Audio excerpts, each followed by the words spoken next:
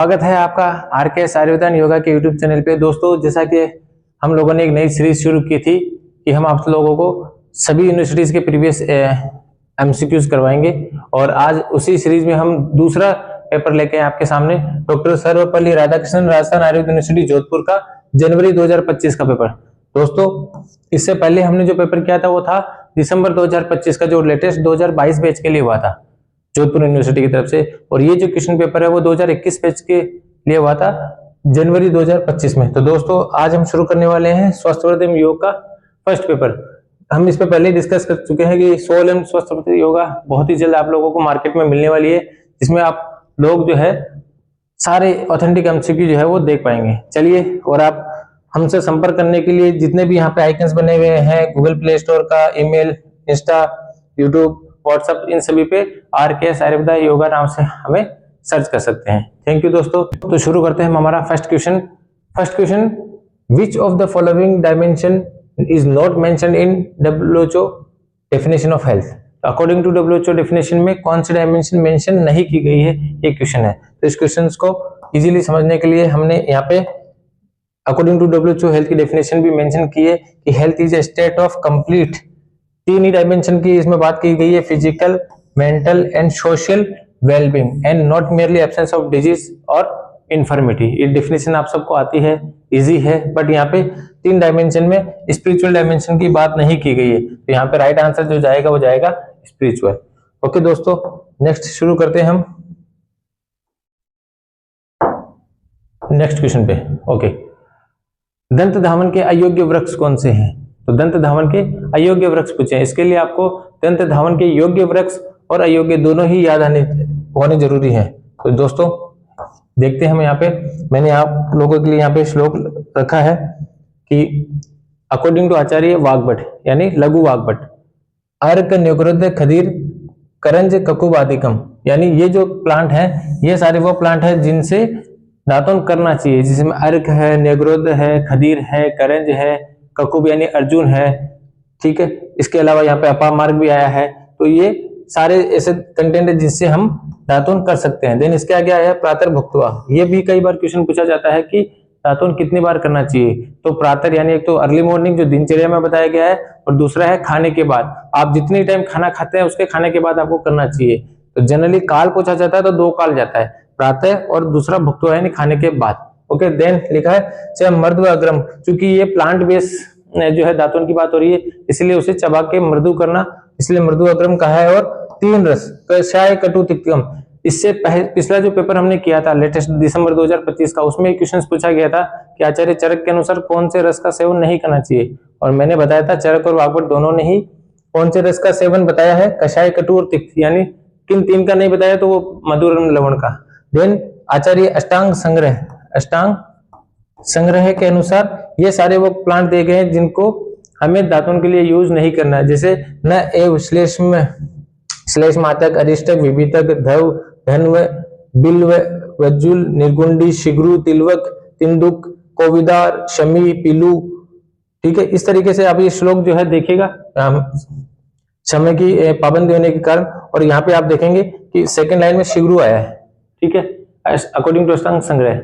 और यहाँ पे क्वेश्चन यही है कि दंत धावन के योग्य वृक्ष कौन सा है। तो इन तीन ऑप्शन में से सेकंड ऑप्शन जो है बी, शिग्रु, ये अयोग्य है। बाकी अर्क, ककुब, अपमार्ग ये तीनों योग्य हैं। ओके दोस्तों, चलते हम नेक्स्ट क्वेश्चन की तरफ।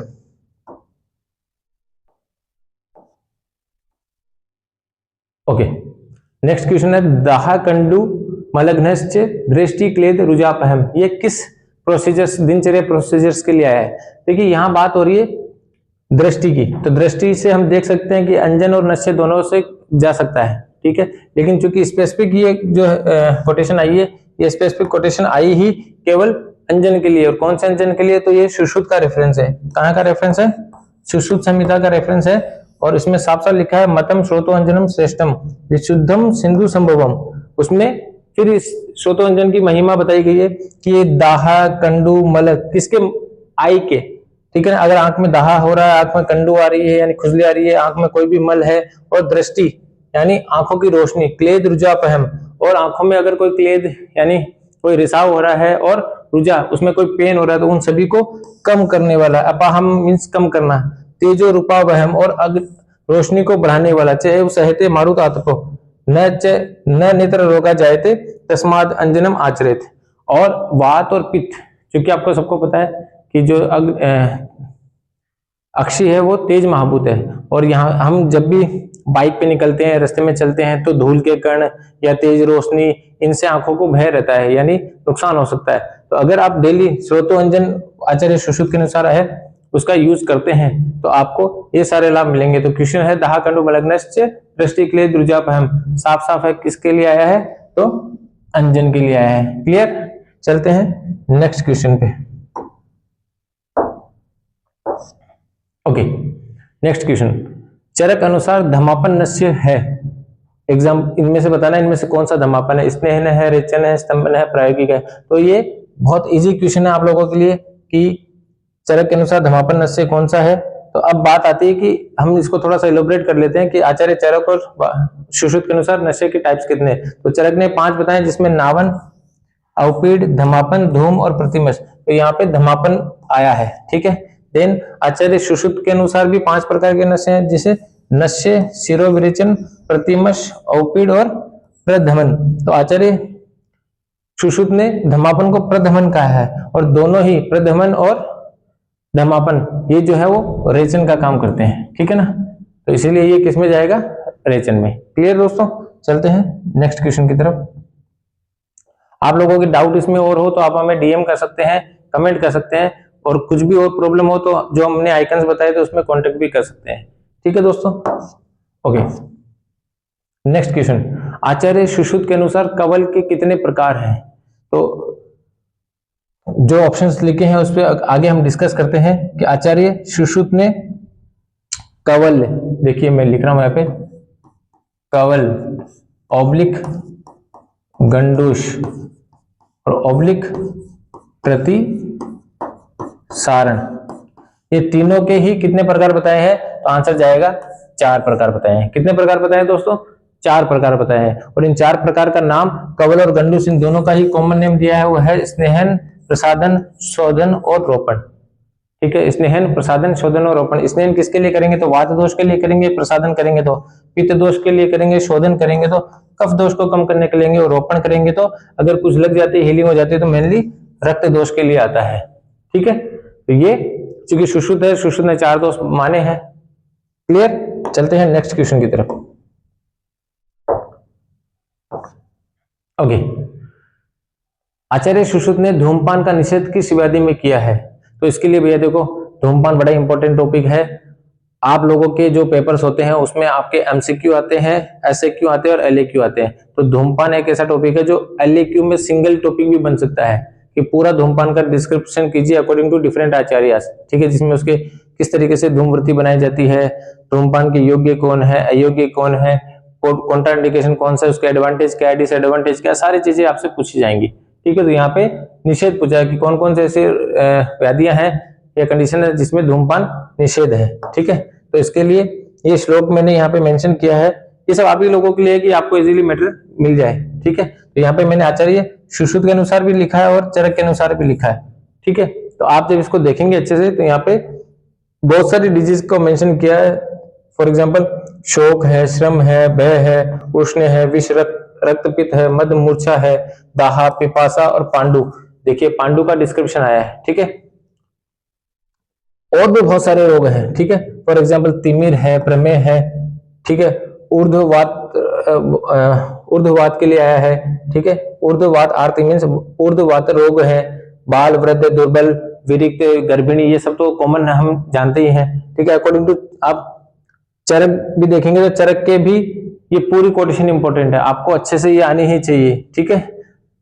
क्या लिखा है, परम त्वतः है परिवीक्षामि धूमो येषाम विग्रहितः न विरिक्तः पिपेत धूमम न कृत्य बस्ती कर्माणी। कौन कौन नहीं कर सकता, तो जिस अभी बस्ती कर्म करवाया हो, न रक्ति, न विशेषणाति, न शोच, न च गर्भिणी, जिसने अभी शोच कर्म किया हो, जो गर्भिणी हो, जो श्रम से थका हुआ हो, जो मद से हो, न आमे, जो आम रोग से पीड़ित हो, पित्त रोग से पीड़ित हो, रात्रि जागरण जिसने किया हो, मद क्या बोलते मूर्छा, भ्रम, तृष्णा, क्षीण आदि रोगी जो है इसे नहीं कर सकते। और यहाँ से इंपॉर्टेंट लाइन शुरू होती है दोस्तों, इससे भी कई बार क्वेश्चन बने हैं, न मध्य दुग्धे, जिसने मध्य यानी शराब का पान किया हो और दुग्ध का पान किया हो, ठीक है, न च स्नेह च माक्षिकम, और जिसने स्नेहन पान किया हो और माक्षिकम यानी मधु शहद का पान किया हो, ठीक है, वो भी धूमपान के अयोग्य बताए गए हैं। इससे कई बार क्वेश्चन आया हुआ है, ठीक है। देन जनरली देखिए, अब मैं आपको कॉमन कंसेप्ट बताता हूँ कि धूमपान क्या करता है। तो धूमपान करता है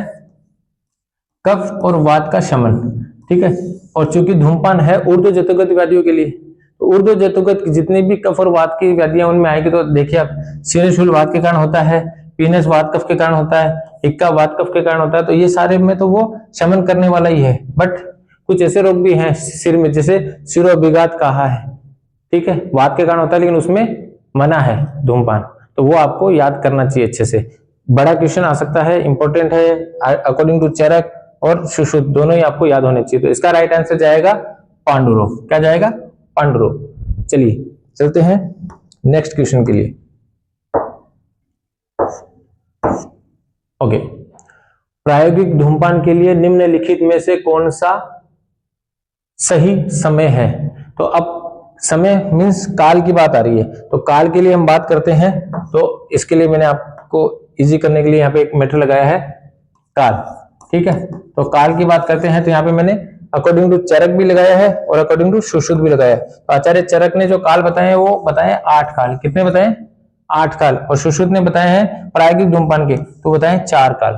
क्लियर? बट ये क्वेश्चन जो है वो चरक की वजह से पूछा गया है। कैसे? तो आप यहाँ देखिए, साफ साफ लिखा है इन्होंने कि तस्य अष्टो काला, उसमें भी कौन सा?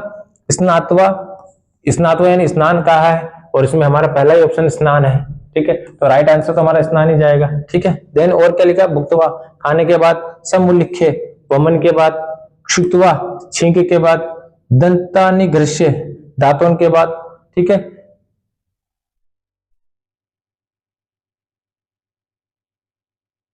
ओके, देन नावन, नस्य के बाद, अंजन के बाद, और निद्रा अंते, सोकर उठने के बाद, ठीक है। ये 8 काल है जिनपे अकॉर्डिंग टू चरक धूमपान करना चाहिए। देन अगर हम सुश्रुत की बात करें, तो सुश्रुत ने भी टोटल 12 काल बताए। कितने? 12 काल बताए, जिसमें उन्होंने स्नेहिक, विरेचनिक और प्रायोगिक तीनों को बताया। उन्होंने स्नेहिक कितने बताए हैं? 5, ठीक है। विरेचनिक बताए हैं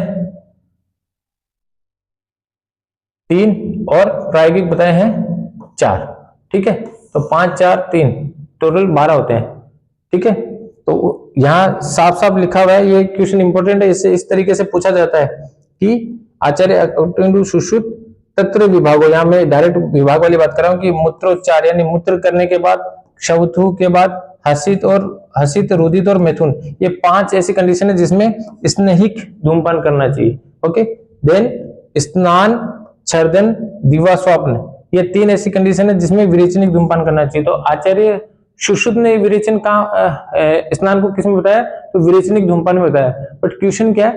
प्रायोगिक धूमपान, और प्रायोगिक धूमपान चरक ने कहा है। आचार्य सुश्रुत के प्रायोगिक धूमपान की बात करते हैं, तो इन्होंने तो साफ साफ ये लिख दिया है कि दंत प्रक्षालन, नश्य, भोजन और शस्त्रग्रहण, दंत प्रक्षालन, नश्य, भोजन और शस्त्रग्रहण, ये 4 ऐसे प्रोसीजर्स है जिनके बाद में हमें प्रायोगिक धूमपान लेना चाहिए। तो यहाँ पे प्रायोगिक धूमपान में जो ऑप्शंस हैं उसके बेस पे स्नान जो है वो आचार्य चरक के अनुसार आंसर जाता है। क्लियर? ओके, चलते हम नेक्स्ट क्वेश्चन की तरफ। चलिए, बड़ा अच्छा क्वेश्चन है, इंपॉर्टेंट क्वेश्चन है कि ऋतु हरितकी का वर्णन किस आचार्य ने किया है। कॉमन क्वेश्चन है, मेरे हिसाब से आप सबको आता होगा कि इसका जो आंसर है कौन सा जाता है। तो आचार्य भाव प्रकाश। कौन है? भाव प्रकाश या भाव मिश्र, ठीक है ना।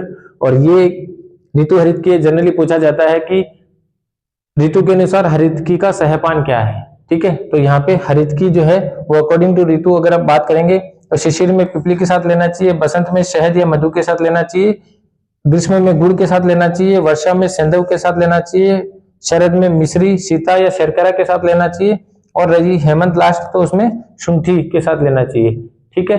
इंपॉर्टेंट है, हमेशा इससे क्वेश्चंस बना हुआ है, एमसीक्यू भी बनता है, और शॉर्ट यानी 5 नंबर के क्वेश्चंस में भी ये पूछा जाता है कि ऋतु हरितकी का वर्णन कीजिए। ओके, तो इसका राइट आंसर जाएगा भाव प्रकाश। चलिए चलते हैं नेक्स्ट क्वेश्चन की तरफ। दोस्तों, इस जो हम यूट्यूब वीडियो सोल्व कराते हैं, यूट्यूब वीडियो पे आपको पेपर सोल्व कराते हैं, अगर आपको कोई डाउट हो तो आप हमें डीएम कीजिए। और ये जो पीडीएफ है वो हम आपको हमारा जो स्वस्थ व्रत एवं योगा का टेलीग्राम ग्रुप बना हुआ है और आरकेएस आयुर्वेदन योगा की जो एप्लीकेशन है, उस एप्लीकेशन पे आपको फ्री मटेरियल्स पे आप जाएंगे तो उस पे ये पूरी जो पीडीएफ है और वीडियो है, और इसी को हमने एक और इंटरेस्टिंग फॉर्म किया है कि ये जो 20 एमसीक्यू है इसे आप प्रैक्टिस भी कर सकते हैं। तो आप लोगों के लिए प्रैक्टिस फॉर्म में वहां पे एमसीक्यू के लिए विथ सॉल्यूशन भी डाला गया है। तो आप जो है आरकेएस आयुर्वेदन योगा की ऐप डाउनलोड करें, प्ले स्टोर पे इजीली मिल जाएगी। ये लोगो आपको दिख रहा है, ये लोगो डार्क ग्रीन कलर का, इस तरीके का लोगो आरकेएस आयुर्वेदा एंड योगा नाम से जो है आपको दिखेगा, और उस पर आप उसको डाउनलोड करें और अपनी पढ़ाई को और अच्छा करें। क्लियर? चलते हम नेक्स्ट क्वेश्चन की तरफ। हंसोदक का गुण नहीं है, ठीक है। तो हंसोदक सबसे अच्छा पानी अगर बताया गया तो कौन सा है? हंसोदक है। कौन सी ऋतु में मिलता है? तो मिलता है शरद ऋतु में। किस ऋतु में मिलता है? तो शरद ऋतु में मिलता है, ठीक है। किसने बताया है? तो बहुत लोगों ने बताया, चरक ने भी बताया, बागभट्ट ने भी बताया, ठीक है। तो ये हंसोदक के गुण है कि तप्तम तप्तांशु किरणें, ठीक है, कि दिन में सूरज की किरणों से जो तपा हुआ हो, शीतम शीतांशु रश्मि भी, और रात को चंद्रमा की शीतल चांदनी, ठीक है, उससे ठंडा हुआ हो, ठीक है। समन्ताद उप अहोरात्रम, अहोरात्र यानी दिन जो सूरज की किरणों से हुआ 12 घंटे और रात चांद की किरणों से हुआ 12 घंटे, तो दिन और रात मिलकर अहोरात्र मिलते हैं। और अहोरात्र में अगस्त्य तारा के द्वारा जो निर्विष हुआ हो वो हंसोदक क्या गुण रखेगा? तो सबसे पहला है शुचि, तो शुचि तो आया है। देन निर्मल, ये भी ऑप्शन में है, ठीक है। देन न अभिसंधि, क्या है? अभिसंधि नहीं होता यानी अच्छा होता है, और उसमें है अभिसंधि, तो आंसर क्या जाएगा? अभिसंधि। यहाँ पूछा गुण नहीं है, ध्यान दीजिएगा। और देन न व रुक्षम यानी अरुक्ष होता है, अरुक्ष भी ऑप्शन में आया, ठीक है। तो ये हंसोदक के गुण है। और हंसोदक का ये क्वेश्चन पूछा जाता है कि हंसोदक का यूज क्या है, तो यहाँ पे साफ साफ लिखा है पान आदि। क्या लिखा है? पान आदि। पान आदि का मतलब यही हुआ कि ये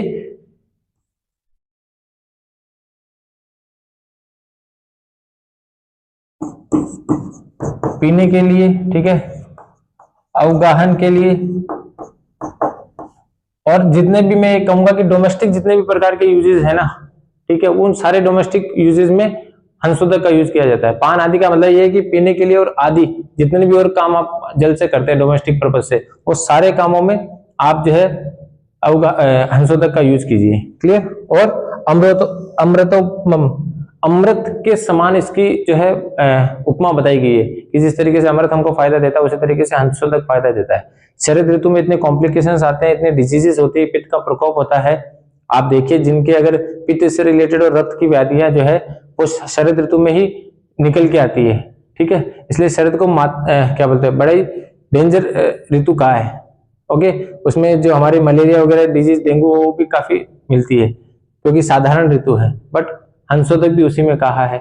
आपने कार्तिक पूर्णिमा सुना होगा, वो कार्तिक पूर्णिमा का मतलब भी यही है, ठीक है। तो चलते हम नेक्स्ट क्वेश्चन की तरफ। कभी इस टॉपिक को हम अलग से लेंगे, शरद ऋतु को। इसके बाद में मैं आपको टॉपिक भी डिस्कस करेंगे दोस्तों आपके साथ। ओके, नेक्स्ट क्वेश्चन, आचार्य रसायन का वर्णन आचार्य चरक ने किस स्थान में दिया है? अब दिक्कत ये होती है कि क्वेश्चन तो इजी है बट सेकंड प्रूफ जो है उसमें आपके चरक पूर्वार्ध है, और चरक पूर्वार्ध होने से चरक उत्तरार्ध का आपको डिस्क्रिप्शन पता नहीं था। बट ये सदव्रत और आपके स्वस्थ रसायन वाले टॉपिक में से क्वेश्चन है, तो इसका जो राइट आंसर जाएगा दोस्तों वो जाएगा चिकित्सा स्थान।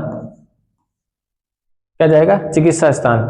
आप लोगों को आचार रसायन का श्लोक जो है वो कंठस्थ होना चाहिए, और कंठस्थ नहीं भी हो तो उसका मीन तो आपको पता ही होना चाहिए, ठीक है। तो यहाँ मैंने पूरा श्लोक जो है वो मेंशन किया है, आप इस श्लोक को अच्छे से पढ़ें, ठीक है। एक बार मैं चाहूँ तो आपके लिए रीड कर देता हूँ, लेकिन आप भी इसको अच्छे से देखें। देखिए क्या लिखा है, सत्यवादिनम क्रोधम निवृत्तम मध्य मिथुनाता हिंसकम अनायासम प्रशांत प्रियवादिनम जप शोच परम धीरम दान नित्य तपस्विन देव गो ब्राह्मण आचार्य गुरु वर्द आचरणे रतम अनरसस्य परम नित्यम नित्यम करुण वेदिनम समजागरण स्वप्न नित्य क्षीर रताशनम। ये वेरी इंपॉर्टेंट है क्योंकि आचार का मतलब आचरण होता है, व्यवहार होता है, लेकिन आचार रसायन में आचरण के साथ में जिन फूड कंटेंट की बात की गई है वो है क्षीर और घृत, यानी क्षीर का मतलब आपको पता है ये मिल्क है, और घृत यानी घी की बात हो रही है, ठीक है।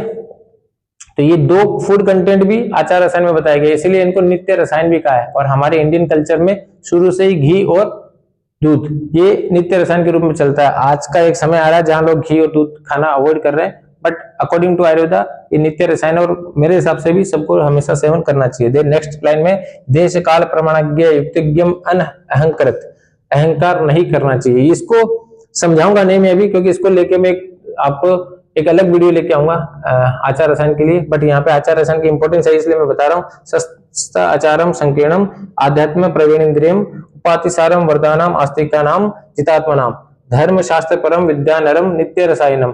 देखिए यहाँ पे धर्म शास्त्र को पढ़ने के लिए कहा है, और विद्या, ठीक है ना, व्यक्ति को कहा है कि विद्या यानी अपनी नॉलेज उसको डेली एनहेंस करना, उसको पढ़ना, और ये भी नित्य रसायन कहा गया। इसलिए आपको पता होगा कि जितने महान व्यक्ति हैं वो डेली कुछ ना कुछ पढ़ते जरूर है, ठीक है। अगर आपको अपडेट रहना है, व्हाट्सएप में भी एक पॉइंट है अपडेट। तो अपडेट का मतलब यही है कि आपको डेली कुछ ना कुछ नई नॉलेज जो है वो समाज की लेते रहना है, ठीक है। गुण रीते समुदिते प्रयुक्ते यो रसायनम रसायन गुणान है सर्वान यथोक्तान समुष्णते इत्ते आचार रसायनम।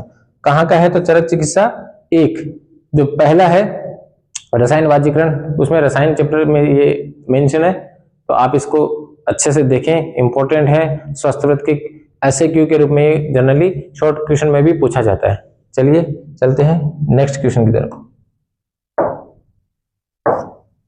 ओके, कायिक धारणीय वेग नहीं है, ठीक है। तो आपको पता है जनरली कि आचार्य चरक ने 3 प्रकार के धारणीय वेग बताए, यहाँ पे मैंने मेंशन भी किया है। एक तो है, एक सेकंड, एक तो है मानसिक,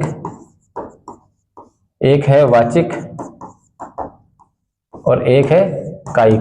वैसे यहाँ पे कायिक की बात की जाए, लेकिन हमने यहाँ पे सारे लिखे हैं कि लोभ शोक भय क्रोध मान विज्ञान विधारियत निर्लज्ज ईर्ष्या अतिरागाणाम अविद्या से बुद्धिमान। ये सारे क्या है तो ये सारे मानसिक जो है वो धारणीय वेग है। देन परुषस्य अतिमात्रस्य सूचकस्य अनर्थस्य च, परुष वर्ग को वाक्यों को बोलना, ठीक है ना, अति मात्रा में बोलना, सूचक यानी चुगली करना, अनर्थ यानी झूठ बोलना, ठीक है। वाक्य से अकाल युक्त से, जहां जिस वाक्य की जरूरत नहीं उस वाक्य को वहां पे ज्यादा बड़बोला होना, ये सारे वाचिक जो है धारणीय वेग बताए गए। देन देह प्रवृत्ति या काचित विद्यते परपीड़िया, ठीक है। तो ये सारे कायिक वेग है, और क्वेश्चन ही कायिक वेग का है। तो एक तो परपीड़ा है, तो बिल्कुल परपीड़ा ऑप्शन में है। देन स्त्री भोग, ठीक है। देन स्ते मतलब होता है चोरी करना, बिल्कुल स्ते भी ऑप्शन में है। देन हिंसा, हिंसा भी ऑप्शन में है। तो ठीक है, ये चारों क्या है तो ये कायिक वेग है, ठीक है, यानी फिजिकली जो एक तरीके से वॉयलेंस को शो कर रहे हैं, ओके। इसलिए हमें इनका धारण करना चाहिए। बट अविद्या जो है वो क्या है तो अविद्या मानसिक है। अविद्या का मतलब ये होता है, देखो हमने इससे पहले वाले क्वेश्चन में विद्या नर यो नित्यम रसायनम पढ़ा था। मींस विद्या यानी नॉलेज को एनहेंस करना। कौन सी knowledge? Actual knowledge, authentic knowledge, सही नॉलेज। उसको अगर हम लेंगे तो हमारा उद्धार होगा, ठीक है। ये आचार रसायन में बताया गया है। बट आजकल व्हाट्सएप यूनिवर्सिटीज चल रही है, जिसमें अविद्या का मतलब ही होता है कि गलत को ही सही समझना। वो गलत चीज को ही सही समझेगा, गलत कंसेप्ट को ही सही समझेगा, और फिर उस पर हट करने लग जाएगा कि यही चीज सही है, ठीक है। तो अविद्या जो है वो क्या है? विचारणीय है, यानी मानसिक है, ठीक है। तो क्वेश्चन का आंसर जाएगा अविद्या। चलते हैं हम नेक्स्ट क्वेश्चन की तरफ। ओके, त्वक रोग किस वेग के रोकने से होते हैं? आप सभी ने धारणीय और ये अधारणीय वेग से क्वेश्चन है, इंपॉर्टेंट है। पिछली बार भी एक क्वेश्चन आया था, ठीक है, वो था मूत्र वेग का एमसीक्यू, ठीक है, जो हमने डिस्कस किया था। और इस बार जो क्वेश्चन है वो शो कर रहा है कि त्वक रोग। तो त्वक रोग स्पेशली आप सभी को पता है कि शुक्र वेग से जो व्याधियां होगी वो उसके ही रीजन में होगी। तो यहाँ पे मेड रिवर्शन में शूल मूत्र अवरोध यानी उसी रीजन की व्याधियां। देन पुरुष की बात करेंगे तो पुरुष में भी पक्वाश है, शूल, वात, वर्चो, अप्रवर्तनम, सिर, शूल, आत्मान, पंडिकोद, वेस्टर्न, यानी उसी रीजन है, उससे इफेक्टेड रीजन में है। बट सर्दी ऐसा एक वेग है जिसको अपन रोकते हैं, तो जो दोष कोष्ठ में है वो कोष्ठ की जगह शाखाओं में चले जाते हैं, और शाखाओं में जाने से जितनी प्रकार की स्किन डिजीज हो सकती है, वो रक्त की व्याधियां हो सकती है, वो सारी व्याधियां इससे होगी। तो इसलिए आप देखिए कंडू, कोठ, अरुचि, व्यंग, कुष्ठ, विसर्प, ठीक है ना, पांडु, ज्वर, शोथ, ये सारी प्रॉब्लम्स जो है वो सर्दी वेग को रोकने से होती है। तो क्वेश्चन क्या है, त्वक रोग। तो त्वक रोग इजी आंसर जाएगा, वो है सी, सर्दी। क्लियर। चलते हैं नेक्स्ट क्वेश्चन की तरफ। ओके, इंटरेस्टिंग क्वेश्चन है दोस्तों। ग्रजनक, ठीक है ना, ग्रजनक मीन्स गाजर को चरक ने किस वर्ग में बताया? आचार्य चरक ने 12 वर्ग बताए, आहार वर्ग, ठीक है, आप सबको पता है, जिसमें उन्होंने द्रव और द्रव्य दोनों वर्ग बताए, ठीक है। तो यहाँ पे द्रव्य वर्ग की बात कर रहे हैं हम। 4 ऑप्शन है, फल, हरित, शाक और कृतान। तो आप लोगों को ये चीज बिल्कुल कंठस्थ करनी है कि हरित वर्ग में कौन कौन से आते हैं। तो सबसे पहले जंबीरी नींबू, ठीक है, देन मूलक यानी मूली, डायग्राम में भी दिख रहा होगा आपको, सुरसा यानी तुलसी, धान्य यानी धनिया, अदरक, अदरक, ग्रजनक आ गया भैया, क्वेश्चन यही है। गाजर, पलांडू यानी प्याज, लहसुन, रसोन, ठीक है, देन साले यानी सौंफ, मृष्टक राई, सिगरू सहीजन, अर्जक सफेद तुलसी, जवानी अजवाइन और भूतरण यानी गंध तृण। देखिए क्वेश्चन क्या कह रहा है कि हरित वर्ग, ठीक है। तो मैं आपको इतना बता देता हूं कि हरित वर्ग का मतलब यही है कि जो उनको सुखा के या बाद में यूज लिया जा सकता हो। जनरली आप हरित से, कुछ लोग समझते हैं कि हरित का मतलब हरा, तो हरा मतलब तुरंत खाना है, नहीं भाई, शाक वर्ग को तुरंत खाना है, लेकिन हरित वर्ग में ऐसे कंटेंट आएंगे जिनको आप सुखा के लंबे समय तक यूज ले सकते हो। ये सारे ऑप्शंस अकॉर्डिंग टू आचार्य चरक ही हैं, ठीक है। चरक सूत्र स्थान अध्याय 27, ठीक है, अन्नपान, उसी में से ये लिया गया और अच्छे से आपको ये आना चाहिए, क्वेश्चन इससे आता है। ओके, इसका हम एक अलग वीडियो लेके भी आएंगे आपके लिए। ओके, चलते हैं नेक्स्ट क्वेश्चन की तरफ। क्या लिखा है, भोजनाग्रे सदा पथ्यम लवणाद्रकम भक्षणम अग्निसंदीपनम रुच्यम जीवाकंठ विशोधनम, किस आचार्य ने बताया? तो ये आपको याद करना भैया, ठीक है, इसमें कोई ट्रिक नहीं है, बस सिंपल सी बात है। इसको मैं समझा देता हूं, अगर आपको क्वेश्चन समझ नहीं आया तो साफ साफ लिखा है भोजनाग्रे, ठीक है, कि भोजन के अग्र यानी भोजन करने से पहले, सदा यानी हमेशा, पथ्य यानी लाभदायक होता है क्या? लवण और अदरक। किसका लवण बोले तो सेंधव प्लस अदरक, ठीक है। अगर इनको आप सेवन करते हो तो ये क्या करते हैं? भक्षण यानी खाना, अग्नि संदीपन। तो अगर एज ए ट्रीटमेंट प्रोटोकॉल पे आप सोच सकते हैं कि जिनको भूख कम लगती है, खाना कम पचता है कि यार मुझे तो भूख कम लग रही है, ठीक है, तो आप उसे तो सेंधव नमक के साथ थोड़ा सा अदरक का टुकड़ा दे देंगे तो उसका अग्नि संदीपनम, भूख बढ़ जाएगी। रुचि जो खाना खाते हैं उसमें इंटरेस्ट आएगा। देन जीव कंठ विशोधनम, और जीव और कंठ में जो कफ होगा वो कफ भी वहां से निकलेगा, ठीक है, तो कफ का भी शोधन होगा। ओके, किसने बताया? तो आचार्य भाव प्रकाश ने बताया है, ठीक है। ये कब बताया है? आचार्य भाव प्रकाश ने एक बात बताई कि फॉर एग्जांपल आप लंघन कर रहे हो, ठीक है, बहुत सारे ऐसे इवेंट आते हैं जब हम लंघन करते हैं, तो अगर आपने दिन में लंघन कर भी लिया तब भी आप रात को तो थोड़ा बहुत जरूर खाना ही खाना है, ठीक है। बट अगर आपने रात को खाना खाया है और वो सुबह नहीं पचा है, ठीक है, तो आप सुबह सोच समझ के खाइए कि रात का खाना पचा है नहीं पचा है। फिर भी अगर आपका मन कर रहा है कि मैं कुछ खा लूं, खाना नहीं भी बचा, तो उससे पहले आप ये लवण और अदरक का भक्षण कीजिए, जिससे आपकी अग्नि बढ़ जाएगी, आपको जो खाना है वो अच्छा लगेगा और कम मात्रा में आप खाएंगे तो आपके लिए अच्छा होगा, ठीक है। Okay, next question. चरक द्वारा बताए गए आहार विधि विधान में अजल्पन का अर्थ क्या है? आचार्य चरक ने 10 आहार विधि विधान बताए हैं और वो आप लोगों को आने चाहिए। उसमें है उष्णम, स्निग्धम, मात्रावत, यहाँ पे मात्रावत नहीं है दोस्तों, आप ऐड कर दीजिएगा, हम जब पीडीएफ डालेंगे तो उसमें ऐड कर देंगे। मात्रावत, जीर्णे, वीर्य अविरुद्धम, इष्ट देशे, सर्व इष्ट सर्व उपकरणम, न अति शीघ्रम न अति विलंबितम, अजल्पन, यहाँ आ गया बात है ना, अजल्पन पूछा है, ठीक है ना। तो अजल्पन, अहसन, तन्मना, भुंजितम, आत्मानम अभि समीक्षम, ये 10 प्रकार के आहार विधि विधान है। आहार विधि विधान का मतलब ये होता है कि आहार को किस विधि का मतलब किन प्रोसीजर, और विधान का मतलब रूल है, किनके द्वारा लेना है। तो ये 10 रूल है जिनके द्वारा मैं आहार को इनटेक करना है। ये बने हुए फूड है कि फूड बना हुआ है आपके सामने है, तो किस तरीके से आप इनटेक करेंगे, तो उस इनटेक के 10 रूल अकॉर्डिंग टू आचार्य चरक बताया गया है। तो अजल्पन का मतलब होता है बिना बात करे, ठीक है, तो यहाँ पे बिना हंसते भी नहीं होगा, ठीक है ना, अहसन आएगा, बिना रोते भी नहीं होगा, ठीक है, बिना बात करे भी। तो ऑप्शन सी, ये 10 नाम आपको याद होने चाहिए, ठीक है, तभी आप ये कंसेप्ट आपका क्लियर होगा। Okay, next. स्निग्ध द्रव्यों के सेवन के बाद शीतल जल पीना विरुद्ध आहार है। आपने विरुद्ध आहार पढ़ा होगा और विरुद्ध आहार में भी 18 प्रकार के विरुद्ध आपने देखे होंगे, ठीक है ना, 18 प्रकार के विरुद्ध, ठीक है। और 18 प्रकार के विरुद्ध को हम एक अलग टॉपिक में लेके आएंगे, बट यहाँ 4 जो ऑप्शन है उसको हम बताते हैं कि सबसे पहले कर्म विरुद्ध आया है। तो कर्म विरुद्ध क्या होता है कि कर्म विरुद्ध शो करता है सीक्वेंस को, कि फॉर एग्जाम्पल मैं दिन में सुबह 9 बजे नाश्ता करता हूँ, फिर अपना काम करता हूँ और दिन में 2 बजे खाना खाता हूँ, तो ये मेरा सीक्वेंस है, मुझे 2 बजे ही भूख लगेगी। बट आज मैंने कोई ऐसा काम कर लिया कि मैं 2 बजे लंच कर ही नहीं पाया और उसकी वजह मैं 5 बजे लंच कर रहा हूँ, तो मुझे जनरली धीरे धीरे 12, 1, 2 तक भूख अच्छी लगने लग जाएगी और मुझे भूख लग भी रही है, बट मैं किसी काम में व्यस्त हूँ और मैंने वो मेरा टाइम या कर्म जो सीक्वेंस है वो छोड़ दिया और उसकी जगह कुछ और करने लग गया, तो फिर क्या होगी, मेरी भूख मर जाएगी।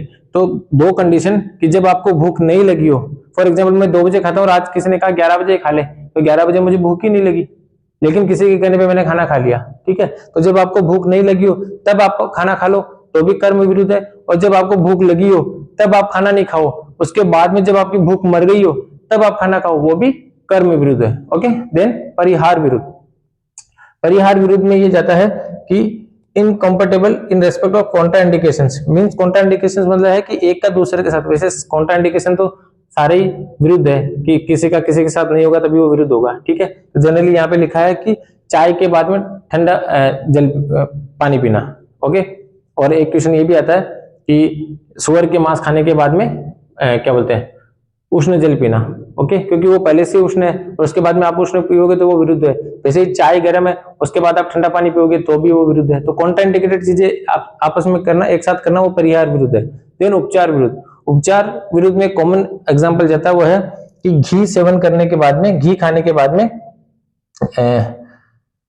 ठंडा पानी पीना, ठीक है। तो हमें पता है घी जो है वो स्नेहन युक्त होता है और उसके बाद में अगर ठंडा पानी पियेंगे तो वो हमारे स्रोतों को एक तरीके से लेपित कर देगा, ठीक है। तो उसके बाद उष्ण जल पीना चाहिए, लेकिन ठंडा जल पीना उपचार विरुद्ध में आता है, ओके। और देन लास्ट में ट्यूशन क्या है, संस्कार विरुद्ध। तो यही है, ओके। संस्कार विरुद्ध का मतलब ये है कि किसी भी चीज का जब हम कॉन्ट्राइंडिकेशन पॉइंट ऑफ व्यू से किसी, फॉर एग्जांपल मछली है और उसमें दूध मिला दिया, या दूध है उसमें दही मिला दिया, या दूध है उसमें नींबू मिला दिया, या हमने किसी चीज के साथ मिला के कोई चीज पका ली, तो वो सब संस्कार विरुद्ध में ही आएंगे, ठीक है। संस्कार विरुद्ध के बहुत सारे एग्जांपल है, बट यहाँ क्वेश्चन देखिए, स्निग्ध द्रव्यों के सेवन के बाद शीतल जल। तो स्निग्ध द्रव्य मैंने अभी बताया था कौन है, घृत है, ठीक है। अब घृत सेवन के बाद में शीतल जल पीना तो क्या है, उपचार विरुद्ध है, ठीक है। 18 प्रकार के विरुद्ध है, नाम आपको मैं बता देता हूं, देश, काल, अग्नि, मात्रा, सातवें दोष, संस्कार, वीर्य, कोष्ठ, अवस्था। अवस्था भी इंपॉर्टेंट है, इससे भी कई क्वेश्चंस पूछे जाते हैं, ठीक है ना। कर्म, परिहार, उपचार, पाक, संयोग, हृदय, संपत और लास्ट में विधि, ठीक है। तो 18 प्रकार के विरुद्ध आ रहे हैं, इसका अच्छे से कंसेप्ट क्लियर हम अगली वीडियो में करेंगे, ओके। द्वादश आसन प्रविचार है, ठीक है, सॉरी नहीं है, क्वेश्चन कह रहा है नहीं है, ठीक है, ओके। तो इंपॉर्टेंट क्वेश्चन है, आचार्य सुश्रुत ने द्वादश आसन प्रविचार है, बताइए। द्वादश का मतलब 12 है, ठीक है। आसन का मतलब आहार है, प्रविचार का मतलब टाइप्स है। आपको ऑप्शंस दिए गए हैं, तो ये अकॉर्डिंग टू डिजीज बताए हैं आचार्य सुश्रुत ने, ओके। तो यहाँ पे देखिए मैंने दो के पेयर बनाए, शीत, उष्ण, स्निग्ध, रुक्ष, द्रव, शुष्क, एक काल, द्विकाल, औषध युक्त, मात्राहीन, दोष प्रशमक और वृत्ति प्रयोजक, ठीक है। तो यहाँ पे देखिए शीत है, बिल्कुल है, स्निग्ध है, बिल्कुल है, द्रव है, बिल्कुल है। कॉमन क्वेश्चन है ये और हमेशा पूछा जाता है, और इसका आंसर जो जाता है या तो गुरु ऑप्शन में देगा या फिर लघु ऑप्शन में देगा, और ये दोनों ही ऑप्शन जो है आचार्य सुश्रुत ने नहीं बताए। तो ये 2 पेयर नहीं बताया, बाकी बताया है, शीत उष्ण बताया है, स्निग्ध रुक्ष बताया है, द्रव शुष्क बताया है, एक काल द्विकाल बताया, लेकिन गुरु और लघु नहीं बताया। तो यहाँ ऑप्शन में क्या है, गुरु है, तो क्या राइट ऑप्शन जाएगा, गुरु जाएगा दोस्तों, ठीक है। चलते हैं नेक्स्ट क्वेश्चन की तरफ, ओके। इंटरेस्टिंग क्वेश्चन है, वपुः कर्षत्वम वदने प्रसन्नता नाद स्फुटत्वम नयने सुनिर्मले, ठीक है। तो ये सारी हमारी फिजिकल अपीयरेंस की बात हो रही है, फिजिकल डायमेंशन की बात हो रही है। तो किसने बताया, आचार्य हठ योग प्रदीपिका में आचार्य जो है ना स्वात्माराम, ठीक है, जिन्होंने हठ योग प्रदीपिका लिखी थी, उन्होंने बताया। और हठ योग को शो करता है, हठ योग किसको शो करता है, तो हठ योग शो करता है हमारी फिजिकल और डायमेंशन को। तो यहाँ पे ये हठ योग सिद्धि के लक्षण है, वपु कर्षत्वम, यानी वपु यानी शरीर जो कर्ष का मतलब ठीक होगा, जो मेद और कफ हमारी बॉडी में वो कम होगा, ठीक है। देन वदने प्रसन्नता, चेहरे में प्रसन्नता आएगी। नाद स्फुटत्वम, इस तरीके से सोते सोपन होंगे कि आप अच्छे से क्लियर वॉइस सुन पाएंगे, ओके। नयने सुर निर्मले, आंखें जो है बिना मल के हो जाएगी, यानी जिनको चश्मा लगता है या आंखों में बार बार पानी आता है, जो भी प्रॉब्लम आएगी है वो सारी बिना मल के होगी। देन अरोगता, ठीक है ना, डिजीज फ्री होगा। देखिए इंडिया में जो योग का चलन है या योग इंडिया से निकला है, इसका मतलब यही है कि इंडिया जो है वो वेलनेस से हैप्पीनेस की जर्नी तय करने वाला है। इसलिए हमारे आज भी ऋषि मुनि जो है वो बहुत हम देखते भी हैं, ठीक है। बट आज की डेट में जो योग यूज किया जा रहा है वो इलनेस टू वेलनेस तक पहुंचने के लिए किया जा रहा है, क्लियर। तो इंडिया जो योग को लेता है वो लेता है वेलनेस टू हैप्पीनेस के लिए, सुप्रीम लेवल तक पहुंचने के लिए, ठीक है। तो यहाँ पे हठ योग जो है वो अरोगता देता है, क्लियर। देन बिंदु जो है, बिंदु कहते हैं हमारी सातवीं धातु शुक्र को, तो शुक्र को जीतना, ओके, ताकि उससे जो आगे बनेगा ओज, तो ओज भी सही हो। देन अरोगता। देन अग्नि संदीपनम, अग्नि को बढ़ाता है। नाड़ी विशुद्धि, जितनी भी नाड़ियां उनको शुद्ध करता है। और नाड़ी विशुद्धि हठ योग लक्षण, ठीक है। तो ये सारे हठ योग के लक्षण है। और हठ योग जो है मेनली बॉडी को प्योर करने के लिए, इसके आगे जो है वो राजयोग से कनेक्ट होता है। और राजयोग देखो ऑप्शन भी है, इसीलिए राजयोग का दूसरा नाम प्रधान योग भी है, क्योंकि ये सब पे राज करता है। क्यों? क्योंकि ये जो अष्टांग योग आपने सुने होंगे ना, यम नियम आसन प्राणायाम प्रत्याहार धारणा ध्यान समाधि, तो इस सारी डायमेंशंस को लेता है, ठीक है। तो हठ योग फर्स्ट स्टेज है, उसके बाद में हम राजयोग में जुड़ते हैं और राजयोग समाधि तक जाता है और समाधि के बाद में हमें अष्ट सिद्धियां मिलके और हम फिर मोक्ष तक की जर्नी तय करते हैं, क्लियर। तो इसीलिए इंडियन कल्चर में जो योग है वो वेलनेस से हैप्पीनेस की जर्नी के लिए बताया गया है। चलिए चलते हैं नेक्स्ट। पंचकोश का विवरण कहाँ मिलता है, ठीक है। तो ये भैया याद करना, इसमें कोई किंतु परंतु नहीं है। क्या करना है, तो आंसर जाएगा तैत्तिरीय उपनिषद। क्या जाएगा? तैत्तिरीय उपनिषद। आपको याद करना है कि पंचकोश कहाँ आया है, आपको बस इतना ध्यान रखना है। पंचकोश क्या होते हैं, तो आनंद में, प्राण में, मनोमय, विज्ञान में, और सॉरी अन्न में, मैंने अंदर से बोल दिया। आउटर सरफेस, एक बार इजीली सुनिए कि अगर आप आउटर सरफेस की बात करते हैं तो सबसे भारी जो है वो अन्न में है, उसके अंदर जो है वो प्राण में है, उसके अंदर जो है वो मनोमय है, उसके अंदर जो है वो विज्ञान में, और सबसे अंदर जो है वो आनंद में है। और अकॉर्डिंग टू योग अगर डिजीज कहीं तक हो सकती है तो वो अन्न में, प्राण में और मनोमय तक हो सकती है। अन्न में फॉर एग्जाम्पल किसी के हाथ में कोई चोट लग गई हो, कुछ और परेशानी हो, वो मोटा हो रहा है, पतला हो रहा है, वो सब अन्नमय में। रेस्पिरेटरी प्रॉब्लम्स जितनी भी है, ब्रीदिंग रिलेटेड, वो प्राणमय में। और देन मेंटल डिप्रेशन आ रहा है, स्ट्रेस आ रहा है, बैड फीलिंग आ रही है, जितने भी इमोशनल या वो पॉइंट ऑफ व्यू है वो सब किसमें आ रही है, मनोमय में। विज्ञान में और आनंद में दोनों ऐसे कोश है जिनमें व्यक्ति को कोई रोग नहीं होते, ठीक है, वो बिल्कुल फिट होता है। ये पंचकोश थ्योरी है अकॉर्डिंग टू योग। ज्यादा समय नहीं लेते हुए हम चलते हैं हमारे आज के आखिरी क्वेश्चन पे, ठीक है। तो आखिरी क्वेश्चन क्या कहता है, निम्नलिखित में से, ये क्वेश्चन अभी देखिए हमने जो प्रीवियस पेपर किया था दिसंबर 2025 का सेम क्वेश्चन था, तो ये जनवरी 2025 से रिपीट हुआ है क्वेश्चन कि निम्नलिखित में से कौन सी तारीख, इंग्लिश में पढ़ता हूँ, which of the following date is observed as naturopathy day by ministry of AYUSH. तो इसका आंसर तो हम पिछली बार ही दे चुके थे, ठीक है। ये मैंने यहाँ पे लोगो भी शो किया है, ठीक है, प्राकृतिक चिकित्सा दिवस का, ओके। 5 महाभूत शो किए गए और आंसर जाता है 18 नंबर, क्योंकि ये रिपीटेड क्वेश्चन है, ये रिपीट हुआ आगे जाके, क्योंकि हमने पहले वो पेपर कर लिया था, तो कोई नहीं, अच्छा है, कुछ क्वेश्चंस रिपीट भी होते हैं, बट हमें क्वेश्चंस पे नहीं जाना, हमें टॉपिक पे जाना है, हमें टॉपिक क्लियर करना है। दोस्तों आज हमने डिस्कस किया DSRRAU जोधपुर का जनवरी 2025 का स्वस्थ एवं योग का फर्स्ट पेपर। कौन सा? First paper, okay. तो धन्यवाद आप सभी का, और वीडियो के लिए जुड़े रहे हैं RKS आयुर्वेदा एंड योगा से। मैं doctor Arif Khan, assistant professor ITRA Jamnagar, department of स्वास्थ्य एंड योगा। हमसे जुड़ने के लिए इन जो आइकन्स हैं उन पे आप हमें फॉलो कर सकते हैं, सब्सक्राइब कर सकते हैं, लाइक कर सकते हैं, शेयर कर सकते हैं, और कुछ भी प्रॉब्लम हो तो हमें DM कर सकते हैं, ओके। तो लास्ट एक, आपका स्वास्थ्य हमारा ध्येय। धन्यवाद।